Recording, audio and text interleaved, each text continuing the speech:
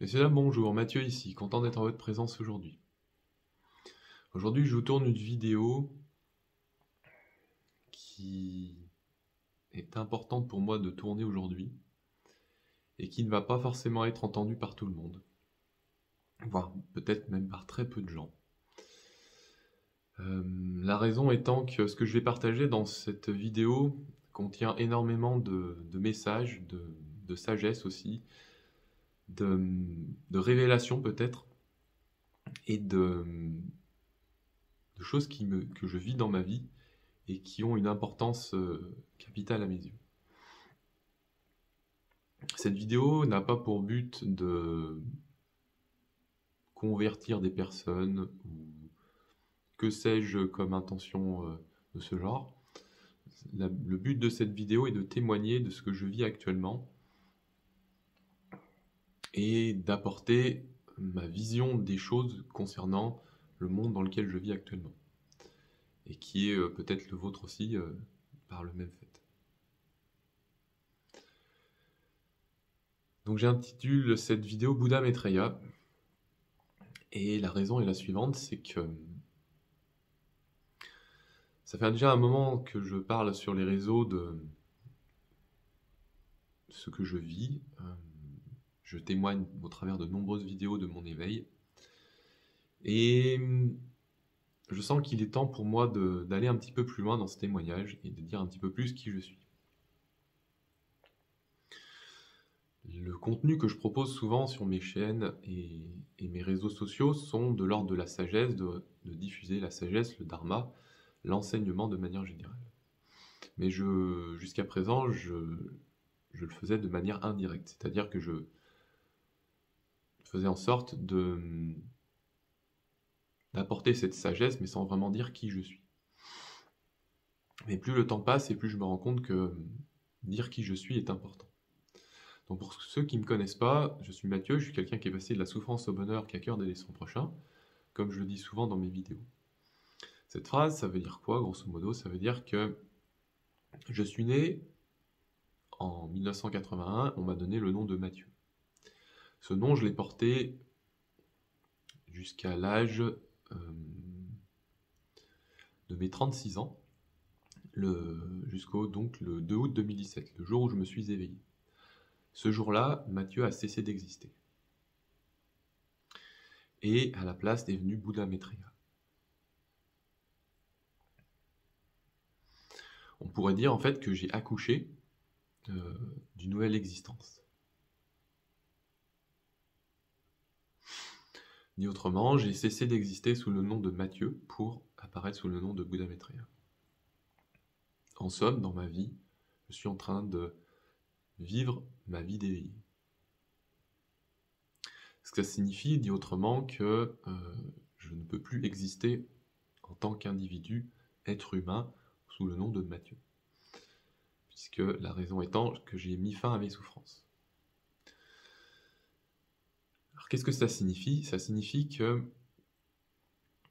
pendant toute ma vie, jusqu'à mes 36 ans, j'ai vécu la souffrance, comme tout être humain dans ce monde qui ne s'est pas éveillé. Ça a pris diverses formes chez moi, notamment diverses avidités, souffrance, colère, appartenance, maladie aussi. Et ça m'a demandé de faire des efforts pour justement ne plus souffrir. Chose que j'ai faite. J'ai rejoint des centres bouddhistes pendant environ une dizaine d'années, où j'ai appris la méditation, la pleine conscience, et je me suis parfait dans ma pratique. Ça n'a pas été facile, ça a été même des fois très difficile. C'est toujours un peu souffrant de parler de cette partie-là de moi, même si je ne souffre plus en tant que tel de cela. Et les signes que j'observe parfois quand j'évoque ce passé de souffrance sont en fait des signes du corps, pas des signes de l'esprit. Il se peut que le corps, de temps en temps, ait tendance à vouloir pleurer, à être engorgé au niveau du nez, un certain nombre de choses. Mais ce sont que des signes extérieurs, des signes en fait du corps. L'esprit, tel que je l'ai réalisé, ne souffre plus, en fait n'a jamais souffert, et ne souffrira jamais. Le fait de m'être réveillé, ça m'a apporté quoi? Ça m'a apporté le fait de goûter à la félicité. Alors la félicité, c'est quoi pour ceux qui ne savent pas? La félicité, c'est, pourrait-on dire, la jouissance que l'on peut éprouver quand un homme et une femme sont en union. Donc cet état-là, je n'ai pas besoin d'être avec une partenaire pour le générer, il se génère naturellement en moi. Le fait d'avoir mis donc fin à mes souffrances m'amène à cette félicité qui est constante. Depuis que je me suis éveillé, c'est-à-dire depuis le 2 août 2017, cet état est maintenant permanent. Il ne cesse depuis cette date. Au début, c'était par intermittence, et puis ça s'est progressivement intensifié, jusqu'au point où c'est maintenant totalement manifeste, puisque à l'heure où je vous parle, je vis cette extase. Cette extase, de temps en temps, est plus ou moins présent, plus ou moins fort, mais reste constamment présent. Et c'est bien le signe d'une certaine permanence de cet éveil en moi. Si jusqu'à présent j'en parlais de temps en temps comme ça en témoignage sur une de mes chaînes Instagram où je témoigne uniquement de ce que je vis au niveau de l'éveil, j'en parlais très peu et là je me rends compte que c'est de plus en plus intense et c'est pourquoi aujourd'hui je prends la parole dans cette vidéo. Pour vous dire un petit peu ce que c'est que cette extase, c'est bien simple. Je n'ai rien besoin de faire, cette extase est présente. Cette extase est tellement présente que quand je vais au contact des gens, cette extase s'intensifie. Ça vient même des fois être indécent, des fois dans certains lieux, si c'est des lieux très fréquentés. Donc encore une fois, c'est une vidéo qui n'est pas facile à entendre, surtout si on ne comprend pas vraiment ce que c'est que l'éveil et si on a beaucoup de souffrance en nous. C'est pourquoi justement je le dis au début que ça ne s'adresse pas forcément à tous. Maintenant, vous comprenez un petit peu plus certaines choses par rapport à ce que je vis. Vous voyez que ça peut être des fois un petit peu perturbant d'entendre ce genre de choses. Encore une fois, cet état-là, pour moi, est vraiment bienfaisant, puisque j'ai une sagesse, un bienfait, un bien-être, un calme en moi qui est juste magnifique, juste beau, et qui est tellement évident que, aux yeux de nombreuses personnes, ça paraît quelque chose d'impossible à réaliser. Une des raisons de cela, c'est que, en fait, c'est parce que c'est tout simple. Et que beaucoup de personnes ont perdu le sens de ce que c'est que d'être juste heureux. Sans plus ni moins. Ce bonheur-là, en fait, chez moi, il prend une forme tellement importante que ça vient même à créer des pulsations. C'est-à-dire que mon corps se met à émettre, en fait, cette énergie. Au point où, comme je disais dans un de mes derniers témoignages, que j'ai l'impression d'être comme une ampoule qui brille. On va dire ça, c'est pour le côté un peu fun de la chose. Le côté un peu moins fun, c'est que je vois énormément de personnes justement qui ne sont pas éveillées et qui viennent à moi sans vraiment le savoir, sans s'en rendre compte, et dont dans l'esprit je suis présent avec elles. Ces personnes ne le font pas forcément exprès, elles sont simplement en chemin vers leur éveil, et du fait que j'ai réalisé cela, je vois tout cela se manifester en moi. Par exemple, une personne qui me vient à l'esprit, je le vois très clairement actuellement. Voilà, je ne partage pas plus, ne serait-ce que pour le respect de cette personne. Mais voilà, il y a des choses qui se passent dans mon esprit qui sont le reflet en fait de m'être réveillé. C'est-à-dire que je pourrais dire que je vois au-delà des apparences. Je vois certaines choses qui ne se voient que dans l'esprit.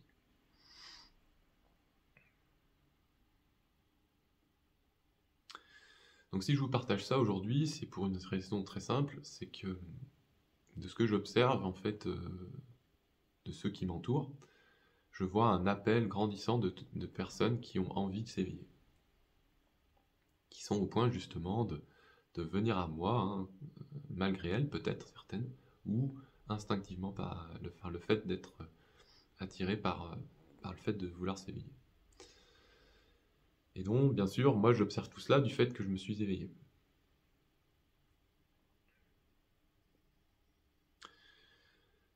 Donc, encore une fois, quel est le sens de tout cela? Pour moi, je vois vraiment qu'il y a un changement de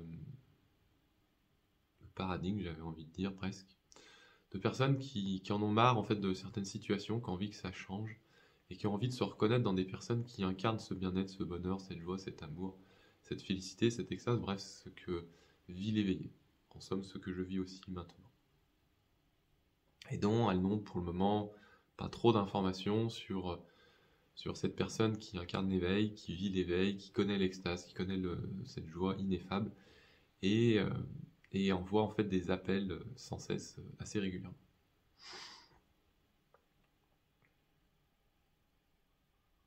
Donc aujourd'hui, voilà pourquoi j'apporte cette vidéo sur cette chaîne, hein, que j'ai aussi appelée Bouddha Maitreya, justement pour bien faire entendre le message à ceux qui ont besoin de l'entendre, que l'être éveillé est là, et qu'il nous attend.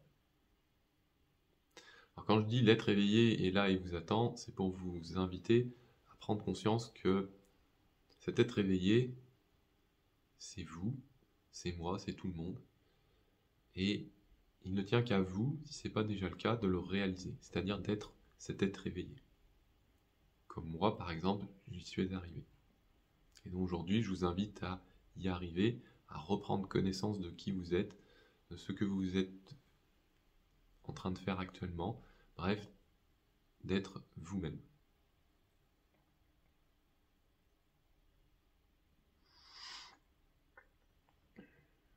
Pour vous donner un petit peu l'idée de ce qui se passe des fois dans mon esprit, je vois certains dirigeants qui sont en train de faire des choses au niveau de la planète et qui sont pas forcément des choses conscientes.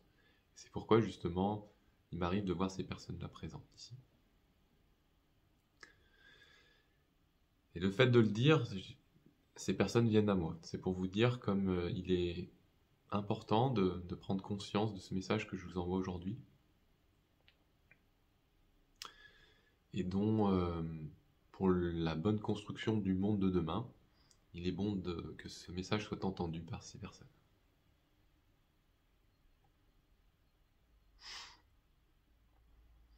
Alors moi, je n'ai pas la prétention d'être un président de la République, un président du monde ou un président de que sais-je. Je suis simplement un être humain qui voit sa réalité d'éveillé se manifester de plus en plus et qui pousse d'autres êtres humains à prendre conscience de leur réalité d'éveillé et à s'éveiller eux-mêmes. Et moi, dans tout cela, avoir ce rôle ou cette aspiration d'aider ceux qui ont besoin d'être aidés dans ce cheminement. À travers de moyens très simples, comme justement enseigner.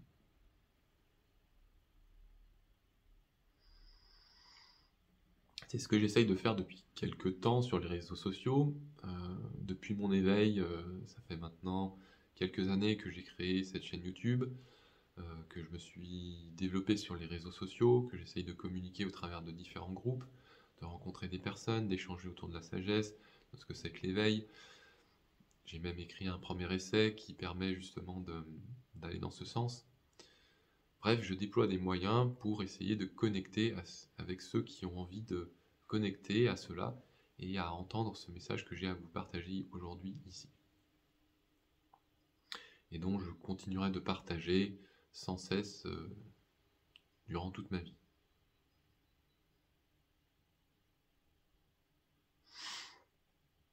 Ce que je vous partage ici, en fait, c'est tout simplement le résultat donc, de m'être éveillé et aussi d'avoir observé mon esprit et de suivre cette guidance qui me pousse à justement enseigner cette voie qui est bonne au début, bonne au milieu et bonne à la fin, qu'on appelle le Dharma.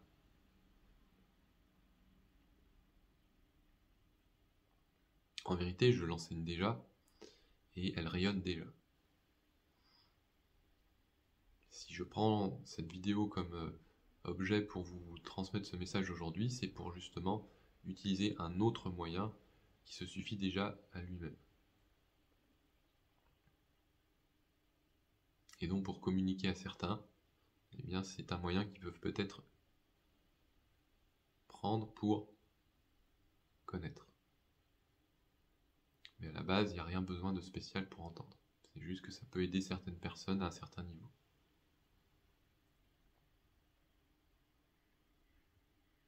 Encore une fois, j'ai pas la prétention de vous convaincre et de vous amener à que ce soit quelque chose que vous compreniez par moi-même. Et j'entends aussi que ce message peut vous paraître un peu rébarbatif du fait de l'entendre. Cette frustration qui peut apparaître à ce moment-là, c'est simplement parce que le message que je vous fais passer est un message universel, un message tellement immense qui peut rebuter une part d'entre vous. Et donc provoquer en vous de la souffrance, donc quelque chose qui vous est désagréable. Pour vous qui rencontrez ce sentiment désagréable actuellement, observez ce sentiment.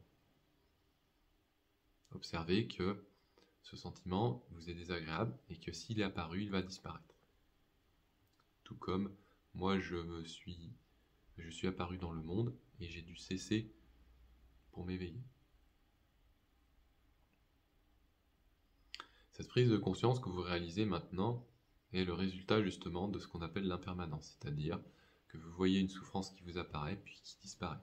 Et au milieu de tout ce processus, vous qui prenez part de ce processus actuellement, vous vivez ce processus, et ce processus, une fois vécu, se détache de vous. Et vous n'avez plus la sensation désagréable qui vous traverse. Donc, vous voyez en direct ce que vous êtes en train de vivre, tel que je vous le décris. Moi, si j'ai la capacité de vous dire ça actuellement dans cette vidéo maintenant, c'est parce que j'observe mon esprit et que je vois ces phénomènes apparaître et disparaître. Et dont certains pourraient avoir une sorte d'envie de batailler contre un ennemi qui n'en est pas un. Là, je parle des deux milieux. Donc, c'est normal que vous soyez un peu challengé dans votre existence, puisque je suis ici pour vous montrer une voie qui est au-delà de la souffrance, et qui, pour vous, est pour le moment pas terminée. C'est pourquoi vous avez ce sentiment un peu désagréable, voire de haine envers moi. Faire ce que je suis en train de dire. Mais encore une fois, ce n'est pas moi, ce n'est pas ce que je dis qui vous cause ce trouble, c'est votre propre incapacité à accepter ce que je suis en train de dire. Et dont cela fait écho en vous, et dont vous n'avez qu'une envie, c'est de ne plus rencontrer cette souffrance. Et c'est pourquoi vous bataillez. En vérité, vous ne bataillez pas contre moi, vous bataillez contre vous-même. Vous essayez de vous sortir de votre souffrance. Et c'est normal, c'est le but de votre existence que de vous sortir de cette souffrance. Et vous vous libérez. Puis, maintenant, c'est d'autres personnes que ça concerne. Là, vous êtes en train de profiter de cette situation. Vous qui avez déjà fait toutes ces étapes-là, qui vous êtes, on va dire, plus ou moins abandonné par rapport à la souffrance, par rapport au fait que la souffrance change, vous êtes dans un règne ou dans un bien-être qui est celui du règne des dieux. Et donc ici, vous profitez de la vie. Vous avez fait des efforts dans votre vie qui vous ont permis justement de jouir pleinement un certain nombre de choses que les humains, les demi-dieux sont en train de vivre, et dont vous n'avez plus à vous en soucier puisque vous êtes au-delà du règne humain et du règne des demi-dieux. Donc vous profitez de tout ce que les humains et les demi-dieux génèrent, et ça apporte en vous un certain profit, un certain bien-être, une certaine joie, tout simplement un certain plaisir. Cependant, vous êtes associé en fait à ce que moi j'appelle le soi, c'est-à-dire à une individualité. Vous vous prétendez orgueilleux, au-dessus des autres. Vous pensez que c'est normal, que vous êtes dans la bonne position, que tout vous est donné puisque vous êtes des dieux. C'est effectivement le cas, vous êtes des dieux, mais vous n'avez pas encore réalisé la fin du chemin, c'est-à-dire ce que moi j'appelle la fin du soi, ou le non-soi. D'ailleurs, c'est pas moi qui appelle ça la fin du chemin, la fin du soi, la fin du non-soi, c'est la vie qui est faite ainsi. Donc on vient de voir un petit peu avant ce que c'est que la souffrance, le changement, là on est en train de voir justement le non-soi, c'est-à-dire que tant que vous êtes identifié à une forme, que vous identifiez à un personnage, que vous sentez être celui qui vit cette expérience, etc., vous êtes en train de rencontrer une des souffrances les plus subtiles qui est la souffrance du soi ou du non-soi. Cette souffrance, elle vous apporte, tant que vous l'ignorez, un certain orgueil vis-à-vis de vous-même.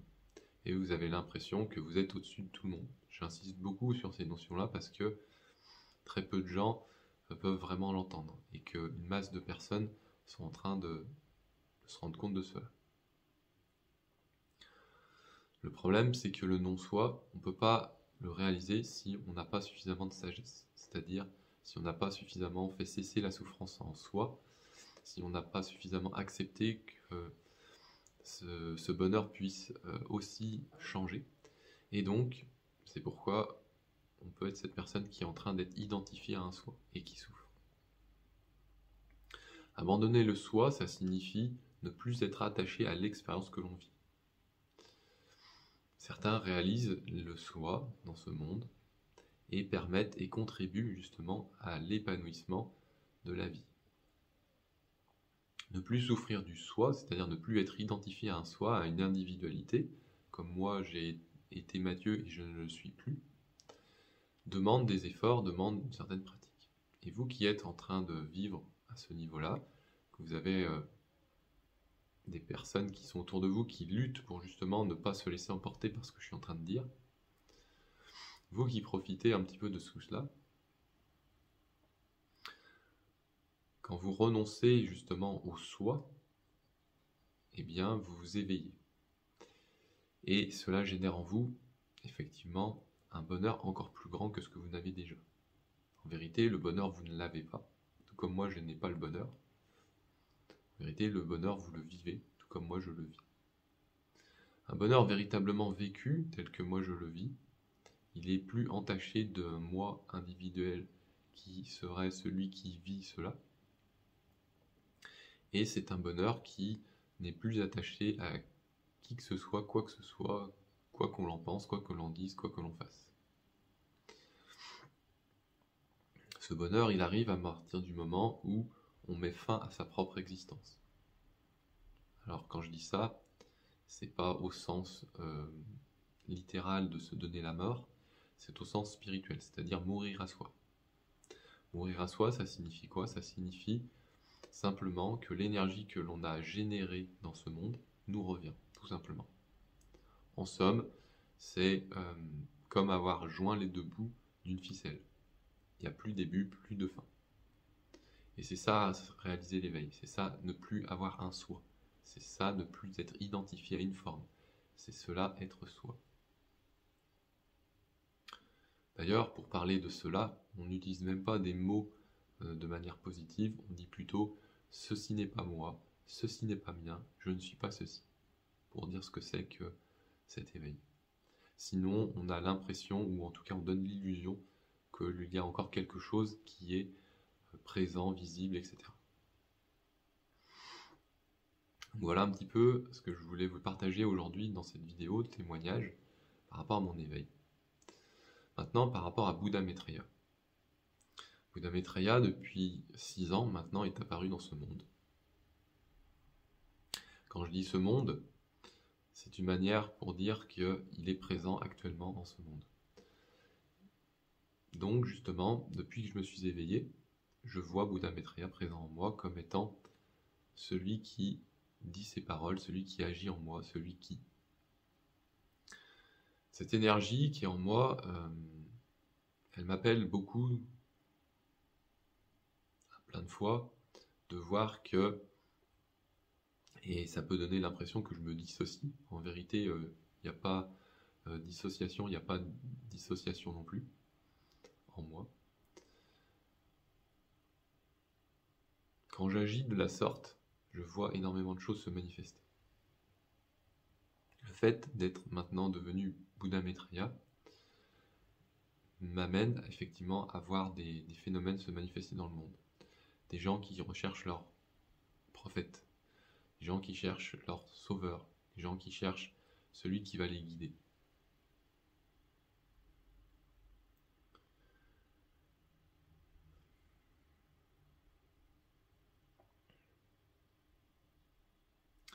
Donc aujourd'hui, je témoigne de mon éveil, encore une fois. Ce que je vis, c'est ce destin-là. C'est ce destin de mener des gens vers l'éveil. C'est le résultat d'un long processus de réincarnation de mes vies passées jusqu'à maintenant, et dont, dans ma dernière vie, jusqu'à l'âge de mes 36 ans, j'ai vécu tout cela.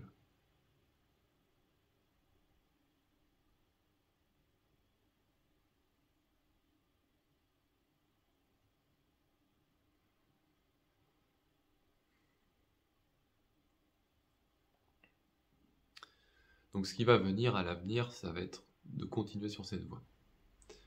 Je suis dans ma 6e année d'éveil. Cette 6e année va se terminer le 2 août de cette année. Je vais arriver donc au cycle des 7 ans d'éveil. C'est une date qui est importante, qui est manifeste, qui va changer beaucoup de choses, puisque le fait d'avoir effectué mes 7 ans d'éveil va être un tournant crucial dans cette existence. Et cette dernière année que je suis en train de vivre, l'année de mes 7 ans en fait, eh bien c'est l'année où justement c'est l'année de toutes les cessations. Chaque année, depuis mon éveil, correspond à un règne dans ce monde. La première année, c'est l'année de l'enfer. Cette année-là, ça a été la fin pour moi de pouvoir vivre en enfer.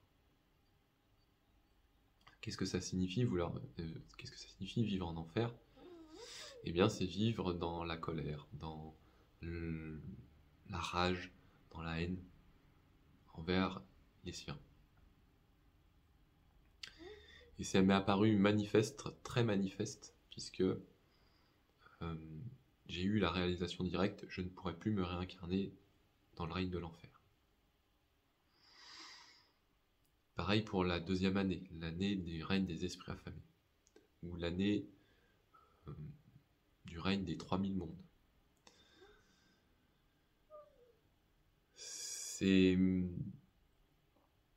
esprits affamés, eux, leur monde correspond à vouloir s'approprier toutes les choses présentes dans ce monde. Autant dans le règne de l'enfer, c'est beaucoup de l'animosité envers les autres, autant dans le règne des esprits affamés, c'est le règne de la possessivité, de vouloir prendre tout ce qui est en possession possible. Et pareil, j'ai eu la réalisation directe que je ne pourrais plus me réincarner dans ce règne. Puis il y a un règne, le suivant, qui est le règne des animaux. Pareil, dans ma 3e année, c'est pareil, j'ai mis fin à ce règne. Je ne peux plus me réincarner dans ce règne. Ce règne, il apparaît aussi sous le monde du renard, c'est-à-dire un monde qui est assez interne, qui n'est pas très difficile ou facile à appréhender, puisque c'est pas un monde qui se trouve comme les règnes avant, puisque c'est un règne qui se trouve quelque part chez certains êtres. Donc pareil, ce règne, j'ai mis fin, en tout cas j'ai mis fin de pouvoir m'y réincarner. Puis le règne humain, bien sûr, a cessé dès lors où je me suis éveillé. Et ça signifie ne plus être pris par des désirs. Ça ne signifie pas que quand je suis au contact de mes proches, de mes amis, de ceux qui sont vous, d'autres, toute personne dans ce monde, je ne sois pas affecté par certains sentiments du fait de leur humanité. Donc à distinguer de ce que c'est que le corps qui éprouve certaines choses et l'esprit qui en vit d'autres. Et donc bien sûr la réunion des deux fait que donc dans le règne humain, du fait d'avoir plus de souffrance en tant que telle, c'est-à-dire d'être séparé de mon bien-être, et bien du fait d'avoir mis fin à mes souffrances, d'être devenu un renonçant, je ne peux plus éprouver la souffrance du règne humain. C'est-à-dire que j'ai cessé d'être un humain pour être un Bouddha. Ensuite, il y a le règne des... Donc ça, c'était la 4e année. La 5e année, c'était le règne des demi-dieux. Dans cette année-là, j'ai beaucoup connu les batailles, c'est-à-dire les divisions. Le fait de devoir se couper de certaines personnes, de certaines relations, de certains lieux, de certaines règles aussi, d'être mis à l'épreuve. Dans cette année-là, j'ai beaucoup vécu donc la division. Et aussi, cela m'a demandé de me maîtriser de plus en plus, d'être beaucoup plus fort, beaucoup plus vaillant, sans en vouloir à qui que ce soit, si ce n'est à moi-même. Et au bout de cette année-là, j'ai fini par ne plus vivre dans le règne des demi-dieux. Et là, actuellement, donc il y a ensuite la 6e année, avant d'arriver à la 7e, la 6e année, c'était le règne des dieux. Là, je me suis rendu compte que je n'avais plus d'endroit où pouvoir spécifiquement résider sans être amené à bouger. J'ai beaucoup bougé cette année-là, j'ai essayé, j'ai même beaucoup plus intériorisé mon énergie, puisque le lieu que je devais y vivre, c'est beaucoup plus intériorisé. Ben oui, puisque je me suis éveillé, le lieu où je vis n'est pas à l'extérieur de moi-même. Ce lieu-là est en moi. Et j'ai vu beaucoup de choses au niveau des dieux se manifester. Beaucoup d'images aussi dans la conscience. C'est un règne où on voit beaucoup de choses. Et ce règne-là, bah aussi, j'y ai mis fin, je ne peux plus m'y réincarner. Et là, j'arrive dans cette 7e année que je suis en train de terminer, qui est l'année, on pourrait dire, qui est au-delà, puisqu'il n'y a que 6 règnes possibles sur cette terre. Alors cette 7e année, quelque part, c'est pas vraiment un règne en tant que tel, c'est plutôt la réunion des 6 règnes. C'est-à-dire que l'année que je vis actuellement, c'est une année dans laquelle je suis en train de rassembler toutes mes cessations de mes 6 années précédentes. Et ça génère en moi une transformation, une transcendance, qui est au-delà de tout ce qu'on peut imaginer, au-delà de tout ce que l'on peut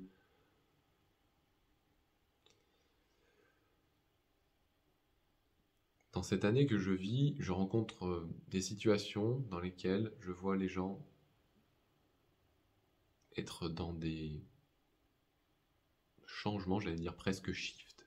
Déjà shift, qui sont comme des transformations, mais qui sont au-delà de tout entendement.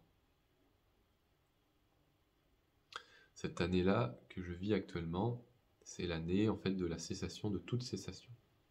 On pourrait dire c'est l'année de Yama, le seigneur de la mort. Et donc justement, c'est, encore une fois, quelque chose qui n'est pas forcément entendable par tous. Et c'est pourquoi j'ai bien précisé au début de cette vidéo que ce message ne s'adresse pas forcément à tous. La raison étant la préservation de l'humanité. Donc, la peur de la mort, c'est bien quelque chose que j'ai appris à abandonner au cours de mon existence, au travers d'un cheminement qui est petit à petit s'est mis à cesser en moi à chaque fois que j'étais en éveil constant.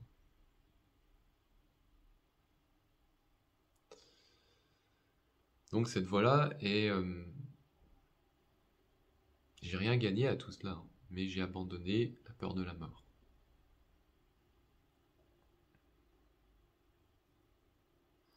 Donc cette année pour moi est, pourrait-on dire, la fin d'un cycle, la fin de toute chose, et la transformation prochaine, très prochainement, de la Terre. Parce qu'après, justement, que les sirènes soient transcendées par l'éveillé, par moi, par l'éveillé,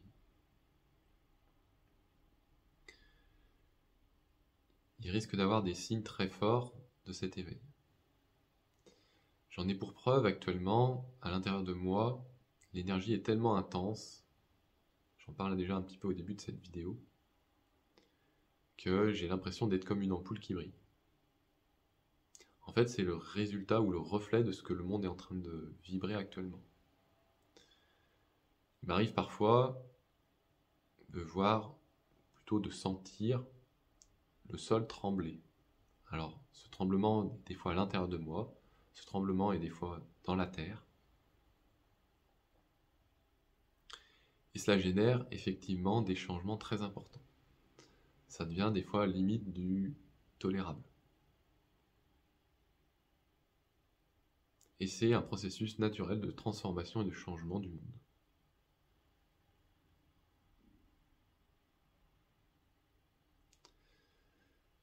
Donc, aujourd'hui, si je vous tourne cette vidéo, c'est justement pour témoigner encore une fois de cet éveil qui est en cours, qui me traverse depuis de nombreuses années, qui va progressivement aussi se terminer, et qui va amener aussi de grands changements dans le monde, qui va permettre aussi la transformation de l'humanité, et justement ce nouveau ou cette nouvelle apparence de ce monde. Nous sommes rentrés dans l'ère des Verseaux, et c'est pas pour rien que je vous partage tout cela aujourd'hui. Je vous remercie d'avoir regardé cette vidéo, je vous souhaite de passer de bonnes journées, et puis à bientôt pour une prochaine vidéo. A plus, salut.